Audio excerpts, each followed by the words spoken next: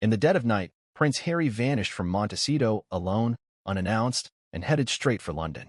Just days before trooping the color, Harry has taken a private flight back to the UK, without Meghan, without the children, and without palace approval. What triggered this sudden escape? Is it a desperate bid for reconciliation, or something far more personal? Insiders say the king's health, a silent ultimatum from Princess and a behind-closed-doors clash with Meghan may have finally pushed Harry to act. But will the palace welcome him, or shut the gates forever? Stay with us. This story is deeper than anyone expected.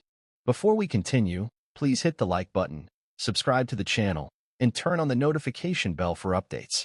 It was just before dawn, and the sky over Montecito still wore the dark hue of night when a sleek, black SUV pulled out of a private estate tucked discreetly behind wrought iron gates and towering hedges. Inside that vehicle sat Prince Harry, the Duke of Sussex, silent, staring out the window as the Californian coastline rolled past him in near silence. No paparazzi had caught the moment. No official press release had hinted at it. There were no swarms of bodyguards, no Meghan at his side, no child in his lap. Just Harry, a driver, and a final decision. After months, some say years, of emotional struggle behind Montecito's manicured facade, Prince Harry had done what even those closest to him didn't expect. He left, not for a brief charity trip or a fleeting engagement, but for the one place he had all but abandoned: home, the United Kingdom. And not just any homecoming. He chose to return on the eve of trooping the color, one of the most symbolic events in the British royal calendar. An event that marks the reigning monarch's official birthday, and one that hasn't featured Harry in any official capacity since he and Meghan stepped back from royal duties. His sudden reappearance now, unannounced and on a private jet, has shocked not just the royal household, but the global public. Why now? What drove the prince, so visibly estranged from his royal roots, to fly across the Atlantic without his family in tow, without the public's knowledge, and, most telling of all, without Meghan Markle? Why would a man who has spent the last few years criticizing the institution, revealing family secrets in bombshell interviews, and forging a new identity in California, decide to return? Insiders suggest that this trip is not just about trooping the color. This is Harry's reckoning. Sources within the royal circle have whispered that King Charles is not doing well. Though the palace has insisted on public reassurances, those close to the monarch say the cancer battle has taken more out of him than anyone expected. There have been long, quiet meetings between Charles and his advisors, late-night conversations with Princess and a growing urgency about the future of the monarchy. And in the middle of that uncertainty is a fractured family, the royal family, split open by scandal, silence, and resentment. The Trooping the Color event, now just days away, isn't merely ceremonial this year. It's a symbolic pivot point, a test of unity. And perhaps for Harry, it's the last opportunity to salvage not only his position within the family, but his relationship with the man who still wears the crown and the brother who once called him my best mate. But reconciliation is never simple, especially not in Windsor. Harry's return has sent ripples through royal corridors. No one, not even palace aides, knew precisely when or how he would come. It wasn't through commercial flights or announced on royal calendars. It was private, personal, and urgent. The flight departed from Van Nuys, tracked by only a few eagle-eyed aviation enthusiasts who noticed the unusual pattern, a high-profile jet with no listed passengers headed straight to London. When the jet landed at Farnborough Airport under tight security and no media presence, only one figure emerged: a red-haired man in a baseball cap and navy jacket, hunched slightly, walking with purpose and weight on his shoulders. That was the moment. The return. The escape. The act that now has the entire royal-watching world holding its breath. Harry, the prince who once walked behind his mother's coffin in front of millions, the man who wore a British uniform in Afghanistan, the Duke who married an American actress in a globally televised fairy tale, is back on British soil. But he returns not as a celebrated hero or royal darling. He returns as a controversial, wounded, and complicated man. This is not a story about a royal flight. It's a story about a personal flight. An escape from a gilded cage of a different kind. Because Montecito, with its sunny skies and designer serenity, has never truly been home. Not for Harry. And insiders say he's known that for a while now. What changed? According to a former staff member who spoke under condition of anonymity, the final straw was a conversation between Harry and Princess Anne. The source claims Anne, known for her blunt honesty and devotion to the crown, told Harry in a private video call, "If you wait any longer, you won't have a family left to return to." It wasn't meant as a threat. It was meant as a warning, a deeply emotional one. And it seems Harry listened. Others say the turning point was an argument with Meghan, one that insiders describe as the fiercest they've had since the Oprah interview fallout. Disagreements over their Netflix deals, the family's strained finances, and the pressure of raising 2 children in the public eye may have cracked what once seemed like an unbreakable front. But even these reasons don't fully explain the timing, because Harry could have returned at any point. So why now? Why the days leading up to trooping the color? To understand the gravity, one has to understand what trooping means to the royal family. It's not just ceremony. It's legacy. It's a message to the world that the House of Windsor remains united, strong, and timeless. And Harry has been absent from that pageantry since 2019. His absence was once a statement. His presence now is an even louder one. He knows what his return means. And more importantly, he knows what it risks. Already, members of the royal household are said to be divided on his reappearance. Some believe this is a genuine olive branch. Others suspect it's a PR stunt. And some worry it will reopen wounds that were barely beginning to scar. But the king, reportedly, is willing to see his son. Not in a formal audience. Not in public. But in private. A meeting of father and son, not monarch and duke. And in that private space, royal insiders believe the most important conversation of Harry's life is about to take place. Does this mean a full return to royal life? Is Harry seeking to reclaim titles, duties, or public favor? Or is he simply trying to find peace with a father he spent years criticizing? The answers aren't clear yet, and the palace is saying nothing. But what is clear is that this flight is not just physical, it's symbolic. It's a journey through memory, conflict, love, and regret. As the world watches, one question echoes louder than all others. Will Prince Harry be welcomed home, or will this be his final flight back? From the outside, Montecito looks like a dream, a lush enclave nestled between the Santa Ynez Mountains and the Pacific Ocean. Multi-million-dollar mansions dot the hills, privacy hedges rise like walls of green, and the sound of the ocean hums softly in the distance. It is a sanctuary for celebrities and tech moguls alike, a place where even the paparazzi struggle to get past guarded gates and winding, camera-lined roads. At the center of one such fortress stood the Montecito estate shared by Prince Harry and Meghan Markle. Nearly 14,000 square feet of manicured luxury, complete with rose gardens, a chicken coop, an orchard, a private library, and an expansive guest house. To many, this was the ultimate escape, a retreat from the harsh glare of British tabloid culture. To Harry, however, it had slowly become something else entirely. Over time, Montecito began to feel less like sanctuary and more like confinement. According to those familiar with the household, the tranquility that once made headlines was masking growing turmoil inside. Security had to be tightened after drone sightings increased in late 2023. A rotation of bodyguards worked in shifts, not just to protect the family from external threats, but to insulate Harry from moments of unpredictable emotional distress. He had grown increasingly anxious, often disappearing into long walks alone through the property, sometimes late at night, always guarded but seemingly unaware of his surroundings. He wasn't himself, said one staff member who reportedly left the estate earlier this year. It was like watching someone shrink in place, quiet, tired, and visibly restless. The public didn't see that Harry. They saw the calculated PR campaigns, the strategic social media placements, and the glossy Netflix documentaries that painted an image of purpose and resolve. But that version of Harry, polished, scripted, and smiling, existed only when the cameras rolled. Behind closed doors, a different picture was being painted, one that more closely resembled a man increasingly haunted by the past and conflicted about the present. Inside the walls of Montecito, the daily routine began to weigh heavily on the Duke. Meetings with American talent agents, discussions over podcast scripts, brand negotiations, and Zoom calls with Hollywood producers became the new court. And unlike Buckingham Palace, there were no staff to defer to tradition, no hierarchy to guide or limit him. In theory, Harry had more freedom than he ever did in the UK. But in practice, that freedom turned into obligation to produce, perform, and monetize his new identity as the reformed royal. And that pressure wasn't just professional, it was deeply personal. Tensions between Harry and Meghan had reportedly been escalating for months. Insiders speak of a growing divide over future plans.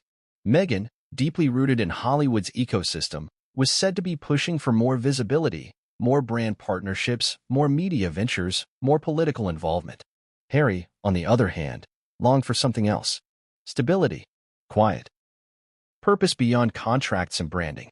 One former associate described it this way: Harry was lost in a kingdom he didn't build and didn't fully understand. Meghan had a map. Harry didn't even know the terrain. Disagreements reportedly extended to how they were raising their children. Meghan, insiders claim, favored a tightly controlled public image for Archie and Lilibet, carefully curated glimpses of family life. Harry, in contrast, was said to be wrestling with guilt and doubt, questioning whether keeping his children isolated from their cousins, their grandfather, and the UK royal heritage was the right path. He missed home, not necessarily the institution, not the bureaucracy of the crown or the royal rota or the press briefings, but home, the land, the memories, the family bonds that were strained, yes, but still rooted in blood and history. He talked about Sandringham like it was a person, said a friend who last saw him in April.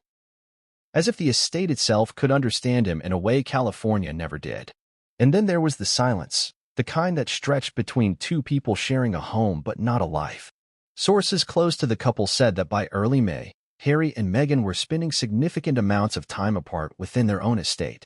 Separate offices, separate schedules, sometimes even separate meals. It wasn't acrimonious, it was distant. The same source noted, it was as if they were co-managing a business, not sharing a marriage. In that silence, Harry began retreating even further. He'd often take long solo drives up the coast, some lasting hours. Staff were told to leave him alone during these disappearances. He rarely explained where he was going. There were even rumors that he'd been visiting a discreet therapist weekly in Santa Barbara, not as a PR move, but out of real, pressing need. It wasn't a single argument that led to his decision to leave. It was an accumulation of small moments. An overheard comment, a missed phone call from an old friend in the UK, a birthday invitation from a cousin that he quietly declined and then regretted, a photo of William and Kate at a recent royal event that struck him harder than expected. The image, one insider said, hit him like a punch. It reminded him of everything he walked away from and everything he still quietly longed for. Still, he stayed. Until the message came. According to private sources, a phone call from Princess and changed everything. The two have always had a complex but meaningful relationship, and the no-nonsense royal, and Harry, the rebellious younger son.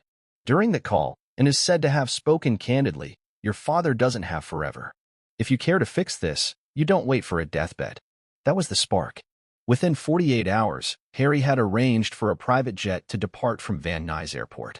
He didn't discuss it publicly, not with his US-based friends, not with Netflix, and, most notably, not with Meghan.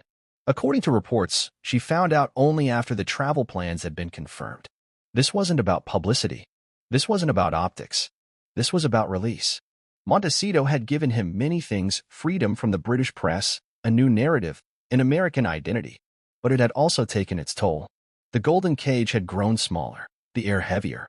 And the more Harry tried to mold his new life, the more he realized that the foundation was still built on royal soil. Leaving that morning, as the SUV rolled past the gates for what might be the last time in a long while, Harry wasn't just fleeing Montecito. He was escaping everything it symbolized. By the time the private jet lifted into the California sky, carrying only him and his security detail, he had made a choice: to face the very family that had caused him so much pain. To walk back into a palace that had closed its doors. To risk being rejected, again, but do it anyway.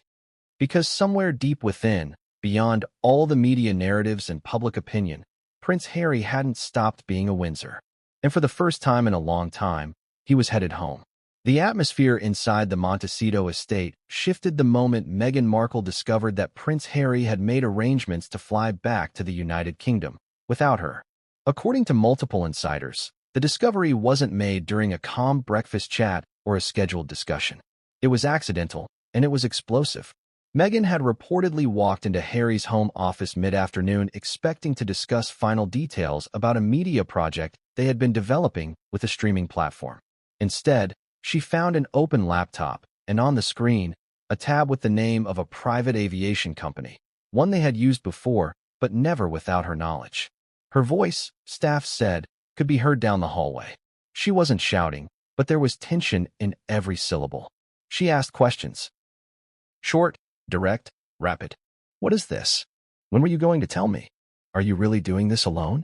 There was no screaming match, no thrown glasses, no slamming doors. Meghan didn't operate that way. But the energy in the room had turned brittle, like ice beginning to crack under pressure. Her demeanor, according to one close associate, was that of a woman trying to maintain control of the moment, of the situation, and of her husband. For Meghan, control wasn't about manipulation. It was about protection of her image, her marriage, and her brand. From the moment she stepped into the royal world, she had been under siege by the press, by palace insiders, by online trolls. She had fought tooth and nail to survive it, and she believed that every move made in public had to be calculated. But this flight? This silent departure without coordination or strategy? This was chaos. This was risk. And worst of all, it wasn't her decision. Those close to Meghan say she viewed Harry's sudden travel plans as a break in their united front. For years, they had functioned as a unit, us versus them. Every interview, every book, every deal had been a joint move. Even when the spotlight turned harsh, they faced it together. But now, Harry had taken a step on his own. And not just any step. He was returning to the very institution that she believed had damaged them both. At one point, Meghan reportedly asked Harry a chilling question. Do you want to be a Windsor again, or do you want to be my husband? It wasn't an ultimatum. It was a plea.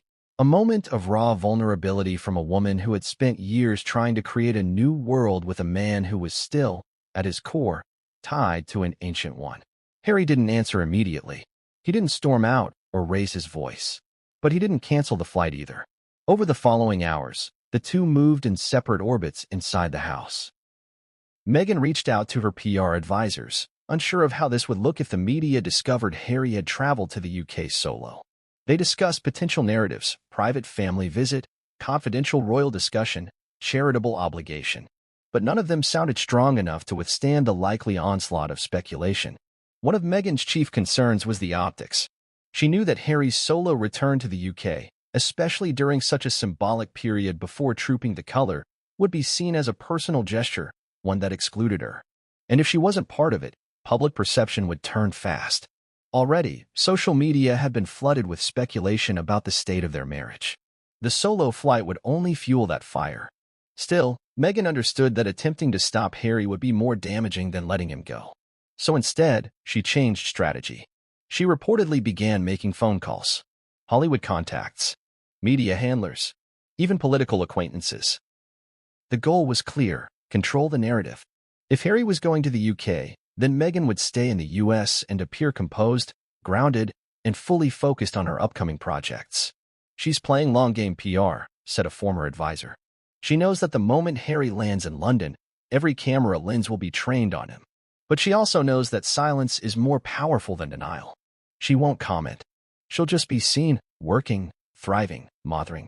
That weekend, paparazzi captured Meghan heading to a local farmer's market with Archie. Dressed down, makeup minimal, smiling at onlookers. Days later, she posted a short message on her now semi-active lifestyle platform about nurturing our roots, even when others are scattered by the wind. To the casual reader, it was poetic. But to those paying close attention, it read like a subtle reference to Harry's departure. And yet, despite her controlled exterior, insiders say Meghan was shaken. She had never been more scared of losing him, said someone familiar with their inner circle. Not because he was leaving for good, but because he was reconnecting with something she couldn't control. This moment marked a turning point in their relationship. Until now, Harry had always deferred to the unit they built. He had protected Meghan fiercely, withdrawn from his royal family to shield her, and stepped into American life with determination. But this trip, this unapproved, unstrategized, unscripted return showed her that he still carried something she couldn't quite erase: the pull of his past. It wasn't about loyalty. It was about identity. Harry wasn't just a husband, a father, or a podcast host. He was a prince, raised in castles, educated in royal duty, and shaped by the traditions of a monarchy older than most modern governments. And no matter how far he had tried to run from that identity, it lived inside him. Meghan saw that clearly now. And perhaps for the first time, she understood just how deep those roots ran. She didn't stop him, but she also didn't wish him luck. As Harry packed his final bag in silence, Meghan stood at the edge of the bedroom, arms crossed. lips pressed together. There were no long embraces, no whispered reassurances. Only a faint parting line from Harry, "I need to see him." Whether him meant his father or his brother, Meghan didn't ask. As the car pulled away from the driveway, Harry didn't look back. And Meghan didn't watch from the window. They had said everything in silence. The plan was executed with the kind of secrecy reserved for high-level diplomatic missions or covert intelligence extractions. Only a handful of individuals were informed. There were no leaked details to the press, no suspicious vehicle convoys, and no overzealous aides updating social media. The moment had to be completely discreet. Prince Harry wanted no spectacle, no anticipation, and no headlines. He simply wanted to go quietly. The decision to use Van Nuys Airport, located just outside Los Angeles, wasn't accidental. Unlike the larger and more chaotic LAX, Van Nuys caters to private aviation and boasts tight control over access and media presence. Security could be streamlined. Ground staff were known to sign non-disclosure agreements as a matter of procedure. More importantly, it allowed Harry to move in and out with minimal risk of detection. According to flight logs examined after the fact by aviation experts, the Gulfstream G550 used for this particular trip was registered under a discreet holding company often associated with high-profile celebrity transport. It had arrived in California from a hangar in New Jersey, suggesting the aircraft was contracted specifically for this mission. Some sources speculate the plane was arranged not through royal channels, but by a trusted private intermediary with ties to both the UK and Hollywood circles. Harry boarded the flight alone, accompanied only by his close protection officer and one personal aide. The aide, unnamed in all internal records, was responsible for handling communications, ensuring discretion, and liaising with reception teams on the other side of the Atlantic. No family, no Meghan, no children. This was a solo journey, not of exile, but of intent. The security escort was minimal, which in itself was notable. There were no armed convoys, no visible British agents on American soil, no outward signs of royal protocol. Instead, Harry wore a plain black hoodie, jeans, and running shoes. He kept his baseball cap low over his eyes. His beard, slightly more unkempt than usual, was left untouched. His only luggage was a single, soft-sided duffel bag. He looked tired, said a technician who claimed to have seen him from a distance at the hangar. Not physically weak, just heavy, like he was carrying something that wasn't packed. The flight took off in the late evening, around 10:45 p.m. local time. A red-eye. It crossed the continental United States, then tracked northeast over the Atlantic under an intentionally misleading flight path. Some data showed the aircraft initially pinging towards Canada, then rerouting midair towards southern England. This evasive tactic ensured fewer trackers could identify the jet's real destination in real time. Inside the aircraft, the cabin was dimly lit and quiet. According to private aviation protocols, the client's preferred food, beverage, and reading materials had already been stocked based on profile data. But Harry reportedly didn't touch much. He barely spoke. The aide later described the 8-hour flight as surreal in its silence. He stared out the window for a long time, said the source. At one point, he took out a small notebook, flipped through a few pages, and then just closed it again. It was as if he was rehearsing what to say but couldn't settle on the words. The silence wasn't discomfort, it was calculation. Harry wasn't just flying to the UK. He was flying into history, into tension, into a storm of questions with no guaranteed answers. Every mile eastward brought him closer to Buckingham Palace, and closer to the inevitable confrontation that awaited him.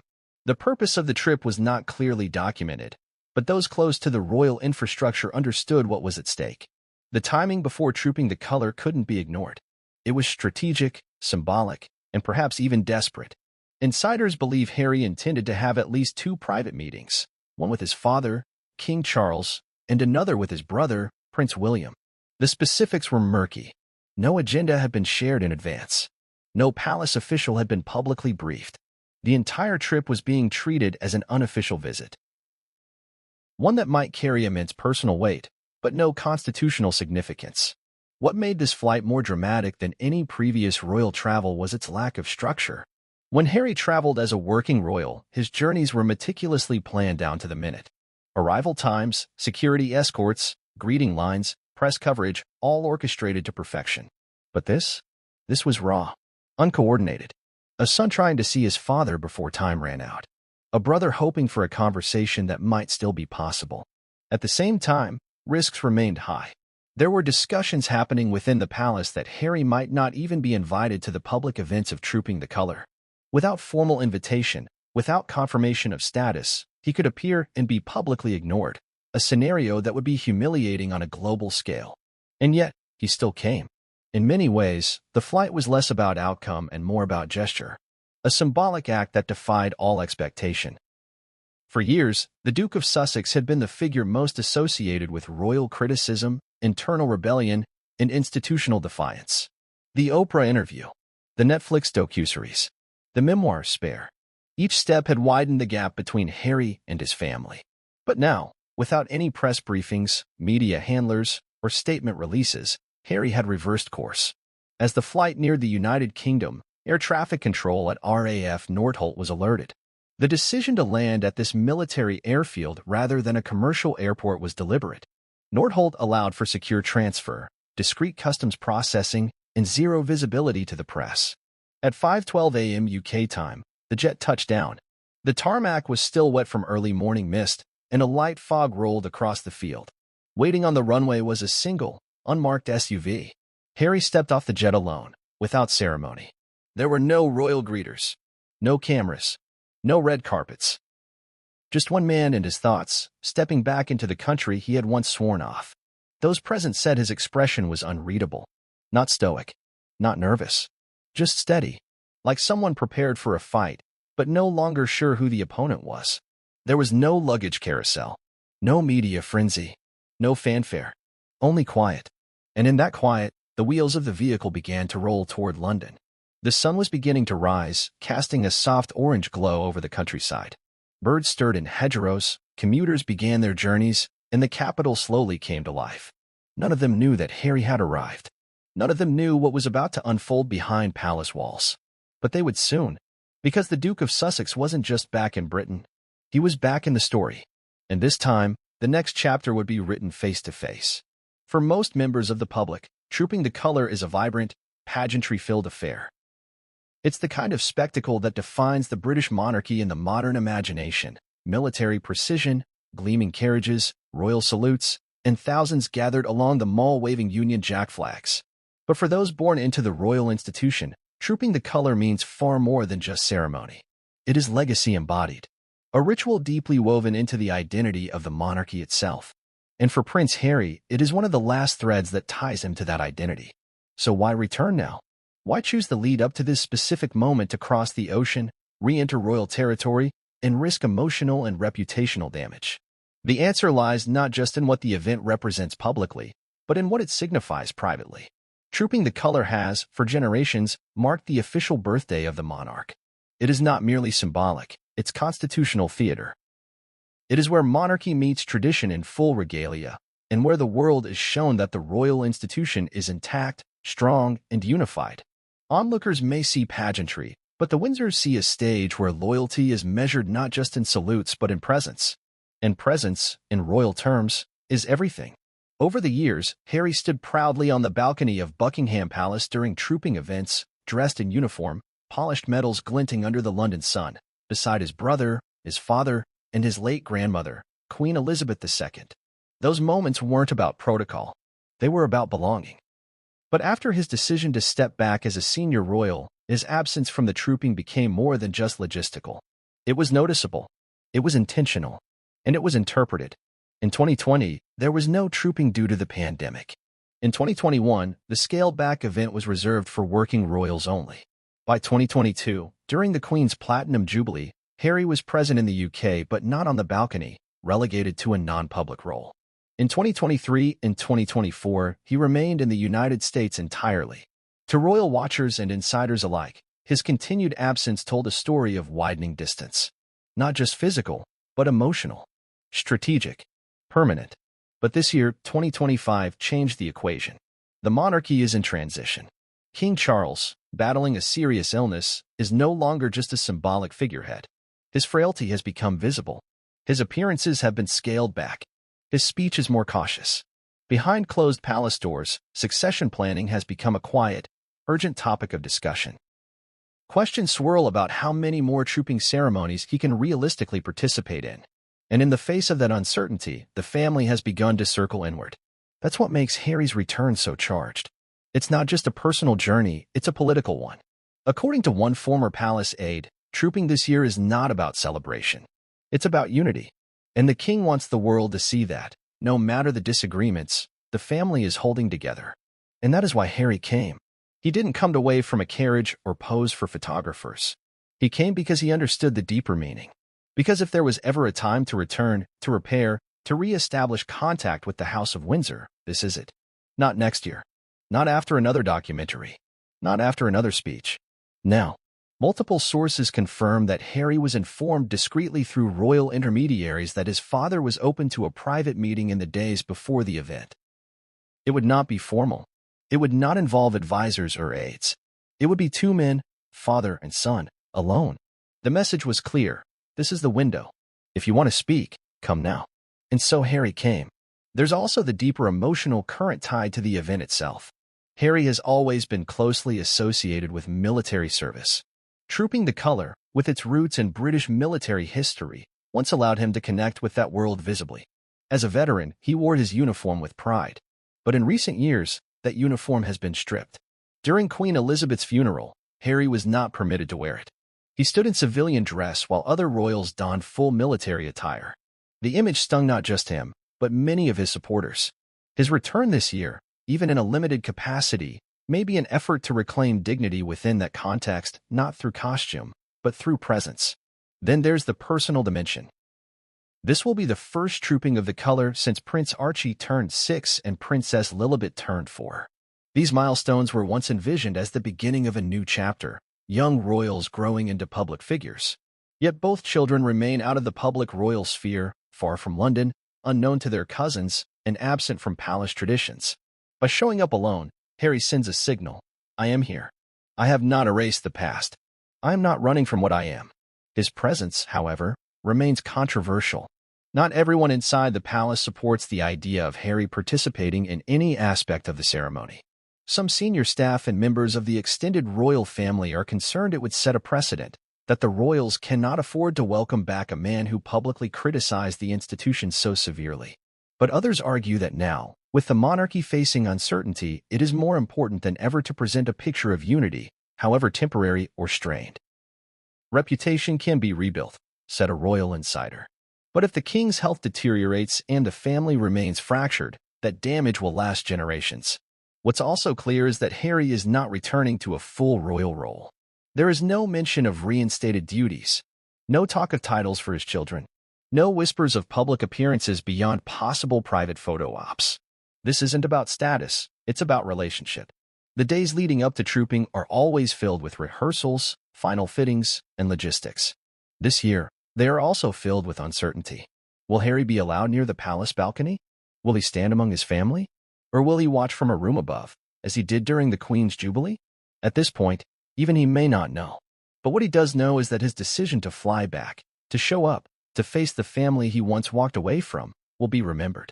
Perhaps not by the tabloids, perhaps not by his critics, but by his father, by his brother, by his children one day. Because trooping the color, at its core, is about visibility. And in returning now, Harry has made himself visible again, not to the cameras, but to the family he left behind. He may not carry the same royal titles. He may not wear the same uniform. But for this moment, in this chapter, he is still a son, still a brother, still a Windsor. And this, perhaps more than anything, is why he came. The corridors of Buckingham Palace have long been steeped in history, but lately, they carry an unspoken weight, an atmosphere of quiet urgency that even the thick, red-carpeted floors and golden-framed paintings can't disguise. King Charles III, who once waited longer than any heir in British history to ascend the throne, now finds himself in a race against time. Behind the polished smiles and orchestrated engagements lies the unavoidable truth. The monarch's health is faltering. Reports of Charles's battle with cancer emerged months ago, first trickling through whispers in the royal press, then confirmed in vague, controlled public statements. The palace, as always, sought to project strength and continuity. The king was responding well to treatment, they said. He was in good spirits. Official duties were reduced, but not abandoned. Yet those close to the inner circle began to describe a different reality, one that Prince Harry could no longer ignore. The man Harry was returning to see wasn't just his father. He was a sovereign under strain, a patriarch burdened with the weight of unfinished family business, and a man whose remaining time, whether measured in months or years, was no longer a guarantee. It is this stark truth that shaped Harry's decision to come home. Not the grandeur of trooping the color, not the optics, but the knowledge that his father's window for reconciliation, forgiveness, and legacy planning might be closing faster than anyone was prepared to admit. Behind palace walls, the king's daily schedule has been quietly restructured. Fewer meetings, shorter audiences, more time spent in private quarters, particularly at Clarence House and Balmoral. Close aides have been instructed to reduce non-essential engagements. Every public appearance is calculated, rehearsed, and timed to avoid overexertion. Charles remains composed before cameras, but sources note that his energy wanes quickly. He speaks more softly now. His gait is slowed, and during long meetings, he often leans back as if conserving every ounce of strength. But it isn't just his body that's in retreat. It's the burden of legacy that occupies his thoughts. Unlike his mother, whose record-breaking reign allowed decades of influence, Charles has only just begun his chapter. The Queen's longevity afforded her the grace of stability. Charles, by contrast, ascended the throne in his 70s. And with a nation still adjusting to his kingship and a family riddled with fracture, he faces the daunting task of holding everything together in a much shorter time frame. According to high-level palace sources, Charles has spent recent months reflecting deeply on the future of the monarchy. Discussions with senior advisors have intensified. Legal reviews of succession documents, consultations with constitutional experts, private meetings with William and Princess Anne, even, reportedly, letters exchanged with Queen Camilla regarding long-term planning. And amid these preparations, one glaring absence looms larger than the others: Prince Harry. Harry's departure from royal life was never just a family matter. It was a constitutional disruption.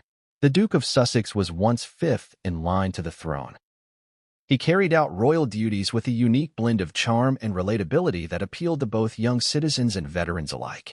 His work with the Invictus Games, his military service, and his hands-on approach to mental health advocacy positioned him as a modern prince in tune with his generation. But when he walked away in 2020, a void opened. Not just in the public-facing structure of the royal family, but in Charles's own vision of what the monarchy's next era might have looked like. Privately, Charles was devastated. Unlike the tabloid narratives that portrayed him as cold or aloof, insiders describe a father who was emotionally wounded. He wanted Harry by his side, said one former royal advisor. He thought, deep down, that time would heal it all. But time only widened the gap. Still, Charles has never entirely closed the door. Sources confirm that in recent months, the king has made quiet overtures toward Harry. Through intermediaries, through mutual friends trusted by both father and son. These efforts were not public, not dramatic, and certainly not reciprocated with immediate action. But they were enough to stir something within Harry. Enough to raise the question, what if he waits too long? This concern only intensified with Charles's health news. The diagnosis, though kept from public detail, reportedly involves a cancer that is manageable but aggressive. Treatments are ongoing. Outcomes are uncertain. There are good days and bad days, and while the king remains functional, every passing week deepens the realization that the time to resolve family divisions is now or never. This urgency has led to subtle but meaningful shifts in the way Charles handles private matters. Trusted aides have noted a greater focus on his will, including specific instructions about titles, properties, and heirlooms. Meetings once delayed, such as those with the Privy Council, are being prioritized. And in conversations with his eldest son William, Charles has reportedly emphasized the importance of unity, even if only symbolic. It's not just about the crown, said one palace official. It's about blood. He wants to die knowing his sons are speaking again. This sentiment is not lost on Harry. As the king reflects on his reign, short as it may ultimately be, he has also begun reflecting on his role as a father. He knows the monarchy is an institution, but he also knows it's a family. And no matter how much pageantry and protocol surround them, the pain of estrangement lingers like a bruise beneath ceremonial robes. For Charles, it is not enough to have William at his side. He wants peace. He wants resolution. Not a return to the past, but a closure of sorts. Something human, not political. This is the atmosphere Harry has walked into. His trip is not part of a planned royal tour or scheduled family gathering. It is a response to the call of time. A personal response to a man he once called Pa, now aged, ailing, and facing the inevitable horizon that comes for every monarch, no matter how gilded their crown. There is also the matter of what happens next. If Charles's health continues to decline, the question of regency could arise. A scenario where another royal, most likely William or Anne, would be appointed to perform key duties on his behalf. It is a constitutional process, but it is laced with emotional weight. And if such a decision were made without Harry's presence or knowledge, the familial rift would become permanent. Charles does not want that.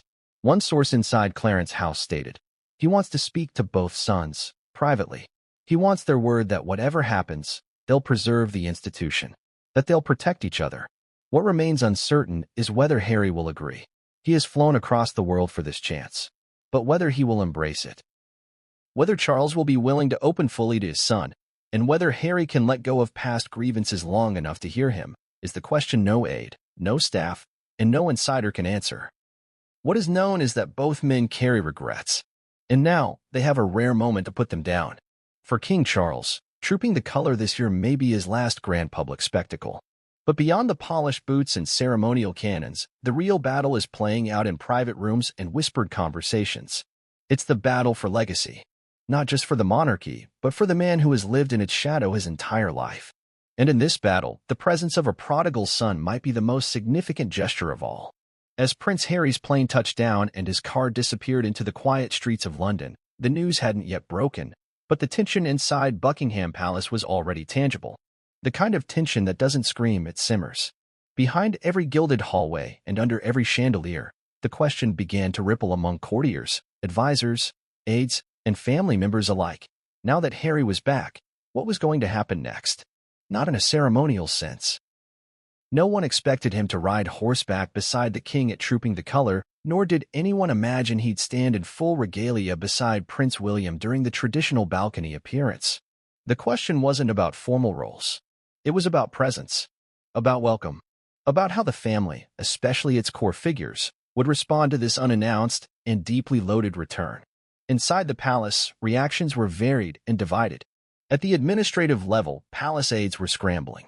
Though the visit was unofficial and off-schedule, they still had to coordinate his arrival at a secure location, liaise with royal protection officers, and prepare for the inevitable leak to the press.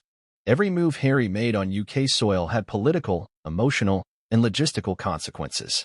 If he appeared in public even briefly, it would raise speculation.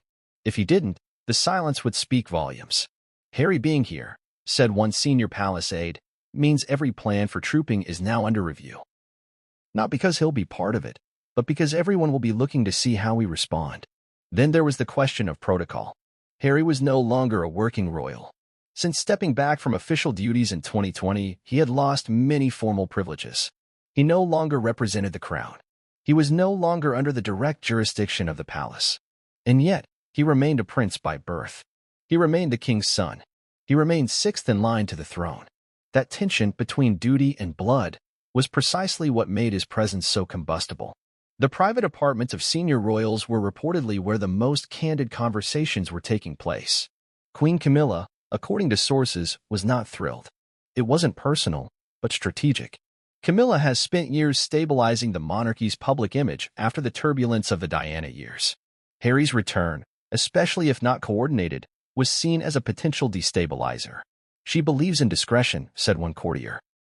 To her, a surprise visit days before trooping is not just tactless, it's threatening. It puts Charles in an emotional position at a time when he needs to project nothing but strength. But the queen consort also understood her place. While her counsel was respected, this was ultimately a family matter between father and son, and no amount of personal discomfort would override that fact. Meanwhile, Prince William's reaction remained the most unpredictable.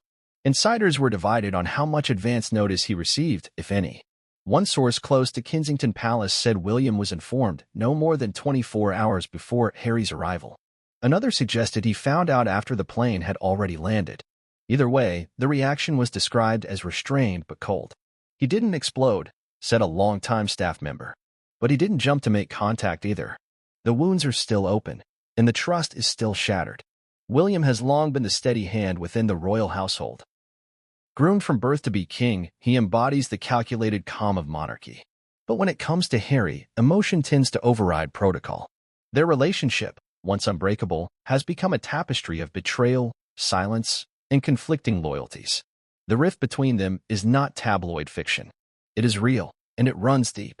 From William's perspective, Harry didn't just leave the institution, he burned bridges on the way out. The Oprah interview, the Netflix series, the memoir Spare, each revelation cut deeper than the last. And unlike Charles, who has a broader view of family and legacy, William's sense of betrayal is more personal. Still, there were signs of softening, at least in tone. When asked whether a meeting would be scheduled, one insider close to William said, "It depends on Harry. It depends on what he wants. William will listen, but he won't forget." Beyond the immediate family, there were others within the royal machinery whose opinions held quiet influence. Princess Anne, for instance, was seen as a potential bridge. Her reputation for loyalty, discretion, and frankness gave her unique standing. She had reportedly spoken to Harry weeks prior, urging him to see his father. Her reaction to his arrival was not one of surprise, but of concern. "She knows how fragile this moment is," said a source. "She knows what's at stake, and she'll do what she can to make sure it doesn't implode." Then there was the staff, the royal secretaries, protection officers, event coordinators, and protocol managers who now found themselves caught in the middle of something that no policy manual could prepare them for. They weren't just managing a surprise guest. They were managing a volatile emotional dynamic with global implications. Every appearance would be dissected. Every glance, every absence, every nonverbal cue at trooping would be analyzed for signs of tension or thawing. If Harry stood beside Charles during even a private moment, it would make headlines. If William was seen leaving a room that Harry had entered, it would be interpreted as a snub. If Queen Camilla avoided proximity, the optics would spark renewed speculation. The palace, by design, thrives on planning and control. Harry's arrival disrupted both. Still, in the quiet spaces behind closed doors, there were also moments of reflection. Not everyone saw his return as dangerous. Some saw it as brave. After all, it takes courage to walk back into a room you once walked out of, knowing you might not be welcome. "Say what you will about Harry," one long-serving palace employee said, "but the man has heart. He's stubborn, yes, but he loves his family. He wouldn't be here otherwise." Whether that heart would be received with open arms or cautious distance remained to be seen. By the time word of his arrival reached the public, through subtle leaks to the press and speculative coverage, public opinion had already begun to form. Some sympathized. Others were skeptical. But the palace wasn't concerned about the headlines, not yet. They were concerned about the dinner tables, the private audiences, the family corridors. Because that's where the real tension lived. And in those spaces, the question echoed, would he be welcomed? The answer wasn't in a press release. It would be in the way the king extended his hand, in whether William returned a phone call, in whether a seat at a family table remained open or had been filled. Among the senior members of the royal family, there is one figure who has always commanded respect with little need for ceremony, Princess Anne, the Princess Royal. She's not the flashiest, the most quoted, or the one regularly featured in glossy magazine spreads. But within the monarchy, her presence carries gravity. She is the embodiment of duty, no nonsense, no theatrics, and no time for games. And now, with Prince Harry back in the UK for what may be the most consequential visit of his adult life, it is, and who quietly steps into a role that no one officially assigned to her, but one that only she could perform. Mediator, truth-teller, family enforcer. It was never spoken aloud, but among palace insiders, there's an understanding. When emotions run too high, when pride blocks progress, when protocol is too cold and tradition too stiff, and is the one who steps in with clarity and authority. She is, after all, the only daughter of Queen Elizabeth II, a woman whose entire life was service and who trained and in that mold, and has long been described as her mother's most loyal heir in spirit. Not one to chase public affection or indulge in sentiment. She is pragmatic, straightforward, fiercely loyal to the crown, but never blind to the fractures in the family behind it. Her relationship with Harry has always been unique. While not overtly close in a sibling-like way, they have shared moments of private understanding. She was often the one in the room who told him the unvarnished truth when others softened their words. And he, in turn, appreciated that directness. Unlike others, and didn't patronize him. She didn't scold. She simply told it how it was. In the months leading to Harry's surprise return, and had reportedly initiated discreet communication with him, short messages passed through intermediaries, possibly even a phone call or two. No dramatics. Just a voice of reason breaking through the noise. According to a palace source, one of those calls happened after Charles's health condition worsened. And, known for her blunt approach, didn't sugarcoat the moment. "If you wait until the funeral, it will be too late," she reportedly told him. That line landed with weight. And insiders suggest it was the tipping point, the moment Harry decided he could no longer put off the journey home. Now that he was in the UK, Anne's role shifted again. She was no longer the persuader. She became the anchor, someone who could ensure that the emotional chaos didn't override the objective, reconciliation, however modest or temporary it might be. She arranged to meet Harry shortly after his arrival, but not at Buckingham Palace. The meeting reportedly took place at a discreet royal residence, possibly St. James's Palace or a smaller estate near Windsor. The location was chosen for privacy and neutrality. No cameras, no courtiers, no staff other than one private assistant for each. The meeting, according to those briefed on it, lasted nearly 2 hours. No statements were issued. No leaks revealed the full content of their exchange. But those familiar with both parties described the tone as calm, candid, and sobering, and didn't offer platitudes. She didn't dwell on the past or attempt to dissect every grievance. What she did, however, was frame the current moment in stark terms. "Your father doesn't want regret to be what remains," she reportedly told Harry. She spoke about Charles not as a monarch, but as a man struggling with a body that was betraying him and a family that remained fractured. She reminded Harry that while the institution could withstand scandals, bruised egos, and even public criticism, it couldn't survive emotional bankruptcy. Eventually, she said, "This won't be about interviews or titles. It'll be about who was there and who wasn't," and also emphasized that this moment, delicate as it was, might never come again. There might not be another trooping the color with King Charles on horseback. There might not be another quiet week where father and son could sit face to face without advisors in the room. She urged him to act, not perform. If there was a chance for peace, it wouldn't come from public statements or media campaigns. It would come from honest, direct conversation, from showing up, from listening. This wasn't and pleading for reconciliation. She didn't beg or guilt. She made it clear. If Harry was going to have that moment with his father, it had to come from him. No one could schedule it. No one could script it. The king was waiting, quietly, but he wouldn't wait forever. Then she pivoted to something even harder, William, and knew that the most brittle fracture in the family wasn't between father and son, it was between brothers. And she didn't deny that mending it would be difficult, maybe even impossible in the short term. But she warned Harry that if he left the UK without making even a private gesture toward William, the silence would harden into something permanent. "It's not about apology," she reportedly said. "It's about presence." What Harry took from that meeting remains between them.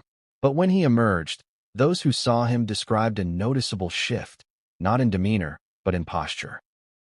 As if some invisible weight had moved slightly off his shoulders, even if only temporarily, and didn't ask for thanks. She didn't seek a headline. In fact, most coverage of Trooping the Color wouldn't even note her role. But within the family, it was known, and was the stabilizer, the realist, the one who could talk to Charles and Harry in equal measure, without sentiment, without flattery, and with a loyalty that transcended personal feelings. Some in the palace, especially younger staff and more cynical aides, questioned why Anne was still so involved in family dynamics. But for those who truly understood the royal family's emotional architecture, the answer was obvious. She is the daughter of a queen. She understands duty, not just to country, but to kin. And at a time when brothers were estranged, a father was ill, and the monarchy stood precariously between eras, it was in quiet, firm, unwavering who stepped into the breach, not as peacemaker, but as compass. And in a family known for tradition, that may be the most critical role of all.